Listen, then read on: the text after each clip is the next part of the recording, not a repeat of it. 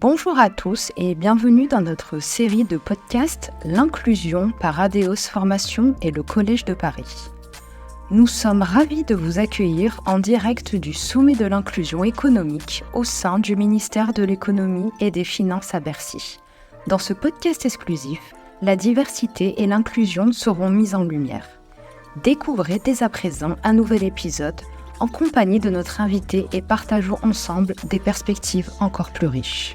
Bonjour à toutes et à tous, bienvenue à bord de HRDRadio.tv depuis le ministère de l'économie et des finances à Bercy pour le sommet de l'inclusion. Vous êtes 12 000 DRH et dirigeants d'entreprise à être abonnés à nos podcasts, à nous écouter chaque semaine. Vous pouvez bien entendu réagir sur les réseaux sociaux et sur notre compte X HRDRadio.tv. À mes côtés pour animer cette émission, Kenza du Collège de Paris à laquelle je laisserai la parole dans quelques instants. Nous accueillons aujourd'hui Maxime Barbier, directeur associé en charge du business chez Bluenove, qu'il a rejoint en 2015 comme manager. En 2021, il s'est occupé pendant 10 mois du pôle engagement à La République En Marche. Bien que diplômé de l'ESSEC, il a un profil très administration publique. Il a été en 2012 chef de projet innovation publique à Bercy. Il est donc quelque part aujourd'hui un peu chez lui.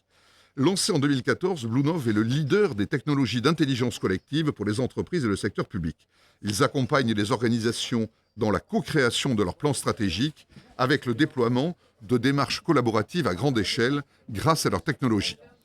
Il a traité les réponses aussi du grand débat du président de la République. Bonjour Maxime, je suis très heureux de vous recevoir.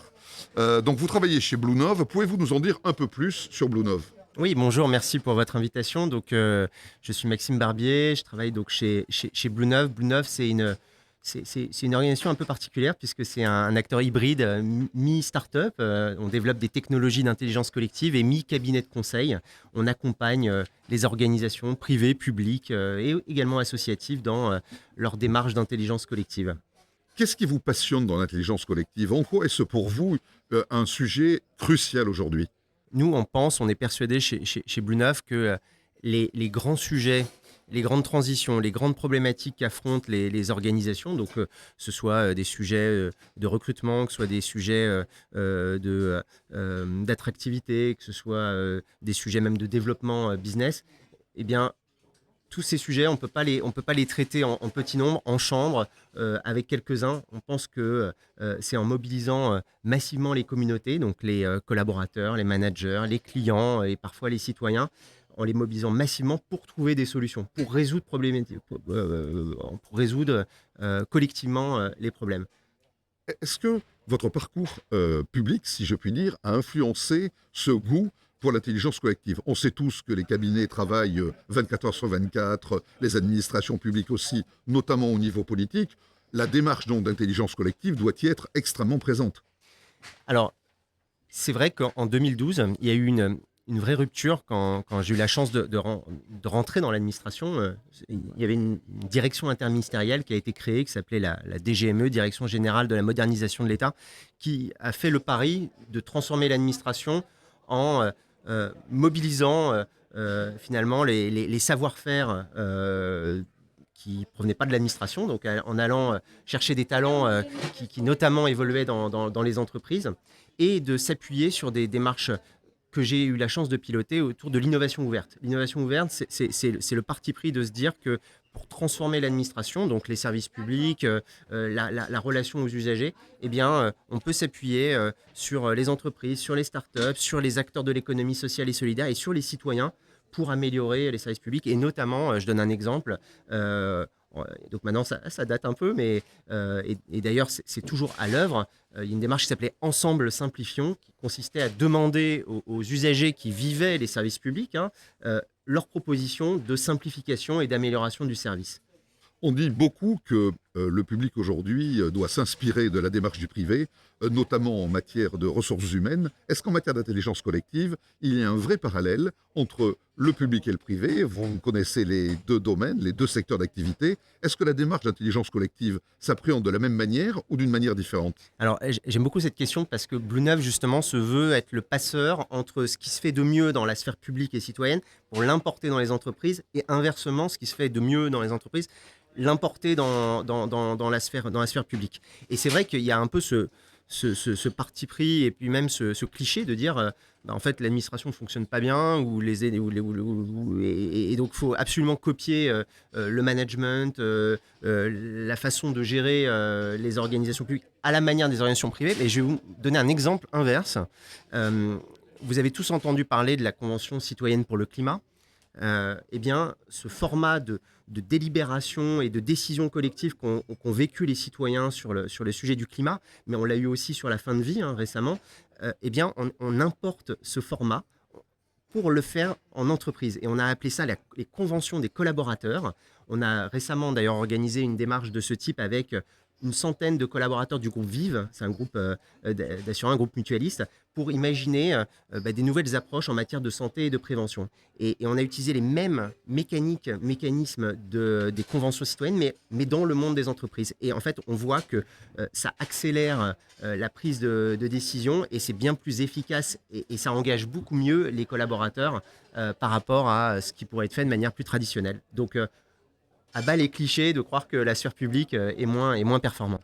Et puis l'intelligence collective est particulièrement efficace dans les démarches aujourd'hui d'organisation des entreprises, de management en mode de projet, qui associe des collaborateurs de l'entreprise, des collaborateurs extérieurs, des prestataires, des indépendants, où là il faut forcément trouver un moyen de travailler mieux ensemble alors qu'on n'a pas forcément le même background, le même historique, voire même la même relation juridique et sociale avec l'entreprise qui pilote le projet.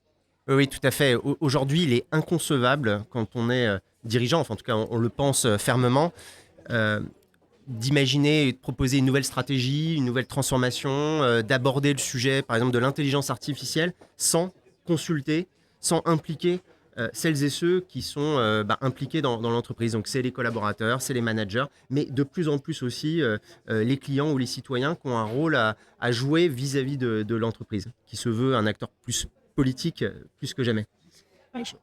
Kenza, je vous laisse la parole. Vous représentez donc le Collège de Paris. Dites-nous en quelques mots ce qu'est le Collège de Paris et les sujets que vous souhaitez aborder avec Maxime. Tout d'abord, merci pour la prise de parole. Alors, le Collège de Paris, aujourd'hui, c'est un regroupement d'établissements d'enseignement supérieur et de formation continue. Aujourd'hui, on compte à peu près plus de 16 000 étudiants en alternance, plus de 35 000 adultes qui sont formés en continu. On a environ 4 000 élèves qui sont à l'international formés au quotidien au sein de nos écoles.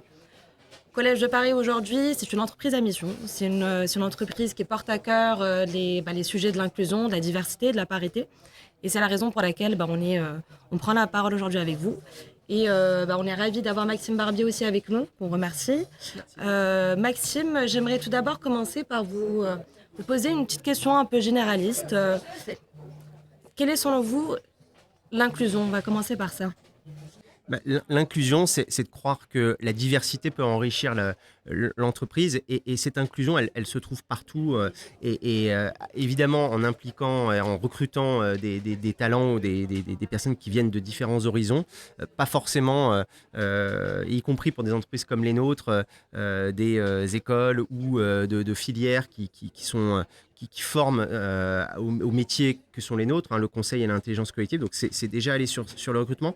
Mais je pense qu'il faut aller au-delà et c'est ce qu'on essaie de faire, nous, chez Blue Neuve, c'est d'intégrer la diversité dans nos façons de faire, dans nos modes de production, dans notre façon de développer nos activités. Justement, Maxime, est-ce que vous pourriez nous donner des exemples, des actions, de choses que vous arrivez à mettre en place, des choses par la suite que vous aimeriez mettre en place plus tard? Où vous en êtes aujourd'hui dans l'inclusion au sein de... Alors, on fait de notre mieux. On a fait de l'inclusion et de la diversité une de nos grandes causes. Et c'est intégré dans... Nous aussi, on s'est doté d'une raison d'être. On va bientôt devenir société à mission. Donc, on agit là-dessus. Il y a deux axes. Le premier, c'est de mieux intégrer la diversité et l'inclusion dans nos façons de délivrer nos missions. Nos missions, je l'évoquais tout à l'heure, c'est par exemple accompagner la co-construction d'un plan stratégique ou faire une consultation citoyenne pour un acteur public. Eh bien, on s'appuie sur des partenariats avec différents acteurs pour pouvoir associer d'autres profils à la réalisation de nos missions, que ce soit sur le volet conseil ou sur le volet technologique. Je vous donne deux exemples.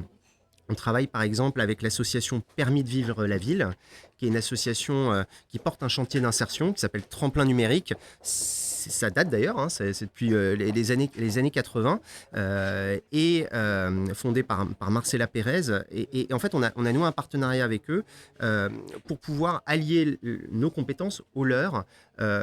Et eux apportent avec des jeunes qui viennent...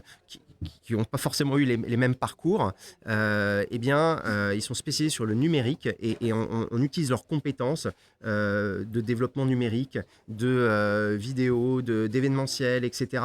pour pouvoir accompagner nos clients. Un autre exemple, on a un partenariat avec l'Inclusion, donc il y a une plateforme, vous savez, qui permet de mobiliser des travailleurs indépendants en situation de handicap et on les associe dans la réalisation de nos missions.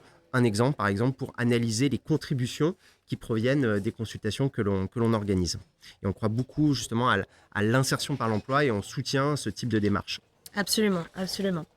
Et quels seraient peut-être des axes de réflexion, des pistes de réflexion que vous aimeriez mettre en place plus tard pour améliorer ou peut-être faire plus d'actions autour de l'inclusion ? Alors, nous, de toute façon, on est une petite entreprise, on est une 50aine de personnes, on est une PME, donc c'est pas nous qui allons renverser la table sur les sujets de la diversité et l'inclusion. Mais à votre échelle, on va dire. Et nous, on se voit plus comme un catalyseur, un effet de levier, et c'est justement en s'associant en partie avec la Fondation Mosaïque, avec l'EPOCA et d'autres partenaires, qu'on veut mener des démarches justement d'intelligence collective sur les sujets de diversité et d'inclusion dans les entreprises.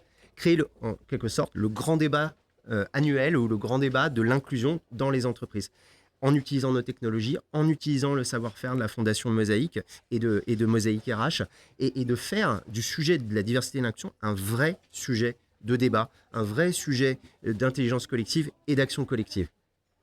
Merveilleux. Vous parlez de la Fondation Mosaïque. En quoi aujourd'hui cette collaboration avec eux influence-t-elle votre vision des pratiques inclusives en matière des ressources humaines et comment cela se traduit-il dans vos initiatives On est partenaire c'est la deuxième année qu'on est partenaire de la Fondation Mosaïque. On a eu la chance d'être impliqué l'année dernière dans le précédent sommet. Ce qu'on a testé cette année, je vous en parle en avance de phase, ça va être révélé aujourd'hui, c'est de créer des imaginaires positifs, un nouveau récit pour les entreprises et les organisations autour de l'inclusion économique, de la diversité et de l'inclusion. Et donc en amont du sommet, on a organisé un atelier de design fiction.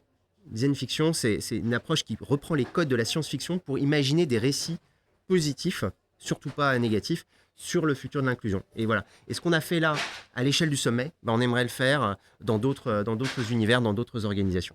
De beaux projets en matière d'inclusion, notamment avec nos amis de la Fondation Mosaïque. En tout cas, merci beaucoup Maxime de ce témoignage intéressant. Merci Kenza pour ces questions fort opportunes. Et puis au plaisir de poursuivre nos échanges dans d'autres cénacles éventuellement. Merci et bonne journée. Merci d'avoir écouté notre podcast en direct du Sommet de l'inclusion économique. Nous espérons que cet épisode vous a plu. Ne manquez pas les prochains épisodes qui promettent d'être remplis d'inspiration, d'innovation et de stratégie pour favoriser l'inclusion dans tous les aspects de votre vie. N'oubliez pas de nous suivre sur les réseaux sociaux, de partager et de laisser vos commentaires pour que cette conversation résonne encore plus fort. Pour plus d'informations, découvrez nos programmes de formation sur notre site www.adeos-formation rubrique inclusion. À très bientôt!